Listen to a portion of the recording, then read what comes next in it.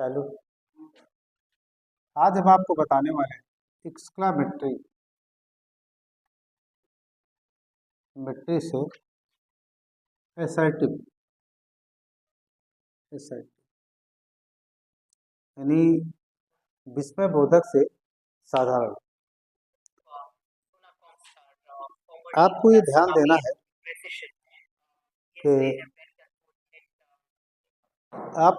देना है कि विस्मय बोधक से जब आप साधारण करें तो दो तीन नियम है जिसे आप फॉलो करें।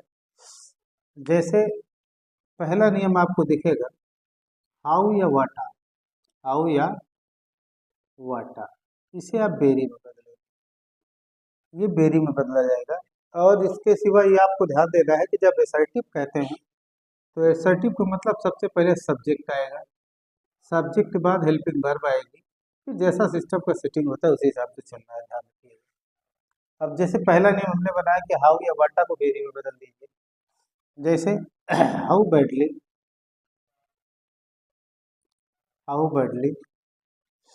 ही हैड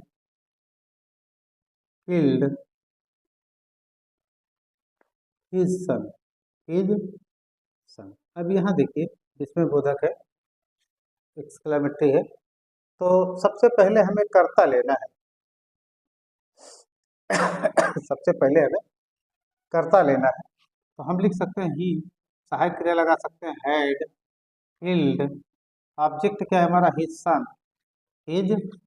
सन। अब बचा क्या हाउ बैडली, इसको वेरी बैडली कर दीजिए, वेरी बैडली। दोबारा देखिए वाटा फाइन किक इट वाज, विस्मय बोधक साधारण करेंगे, सबसे पहले सब्जेक्ट उठा लेंगे, सबसे पहले हम सब्जेक्ट लेंगे, तो हम लिख सकते हैं it was very fine kick, very fine kick. फिर से देखो हाउ केयरलेसली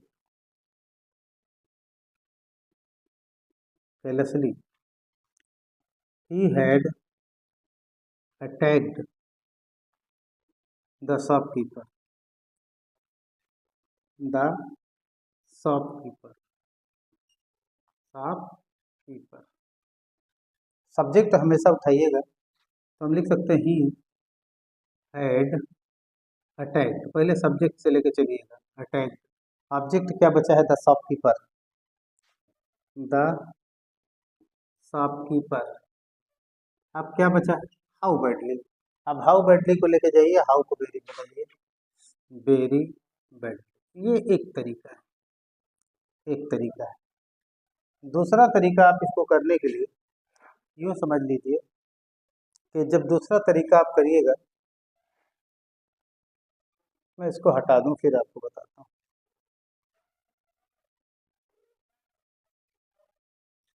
दूसरा तरीका आप इस तरह करिए, जैसे एलास आता है तो इसको बदलिए it is सारोफुल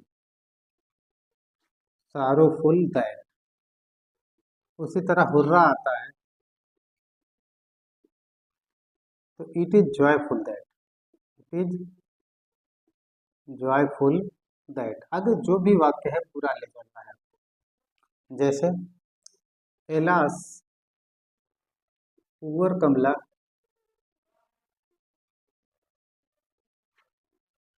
is no more.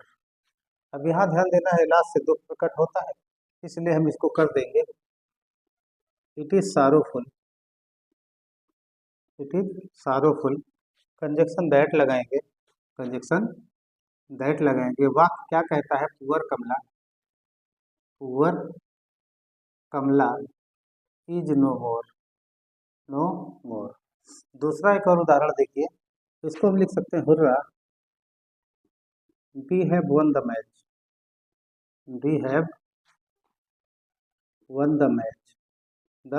Match. आप जान लीजिएगा कि हुर्रा खुशी के लिए व्यक्त होता है, खुशी के लिए इसका इस्तेमाल करते हैं, इसलिए हम इसे बदलेंगे इट इज जॉयफुल में, इट इज जॉयफुल, फिर कनेक्टर लगाएंगे दैट। अब वाक्य जो भी है जैसा भी है उसी को आगे ड्रैग कर देंगे, तो हम लिख सकते हैं we have won the match, won the match.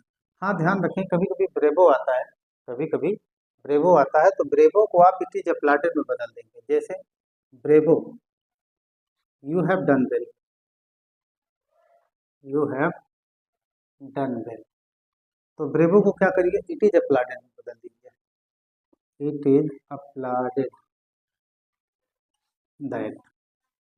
आगे जो भी बचता है, यू हैव डन वेल, तो यू को रखे यू, हैव को रखे हैव, डन को रखे डन, वेल को रखे वेल। तो सिंपल है, बहुत ज़्यादा कठिन नहीं है।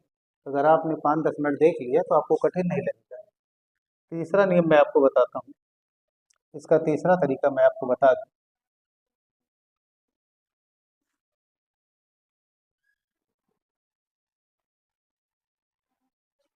तीसरा तरीका ये है कि जैसे ओ आता है, ओह आता है, और दैट आता है, इफ आता है, देयर आता है, हेड आता है।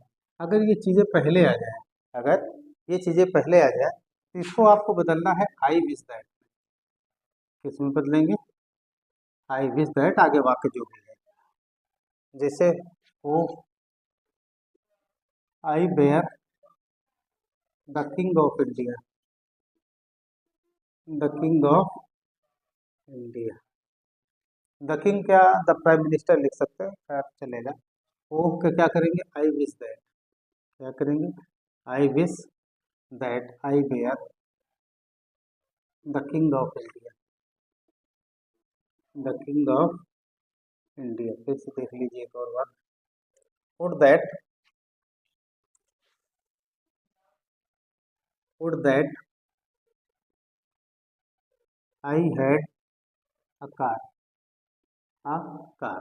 तो हम क्या करेंगे, इसको चेंज करेंगे, तो आई विश दैट में बदलेंगे, आई विश दैट, आगे जो भी वाक्य में है, आई had a car, I had a car. इतना आप समझ लिए हैं। तो आप एक चीज़ और समझ लें कि कभी कभी कुछ वाक्यों में सब्जेक्ट नहीं डाला जाता, तो हमें खुद से सब्जेक्ट बनाना होता है। तो हम क्या करेंगे, ऐसे वाक्यों में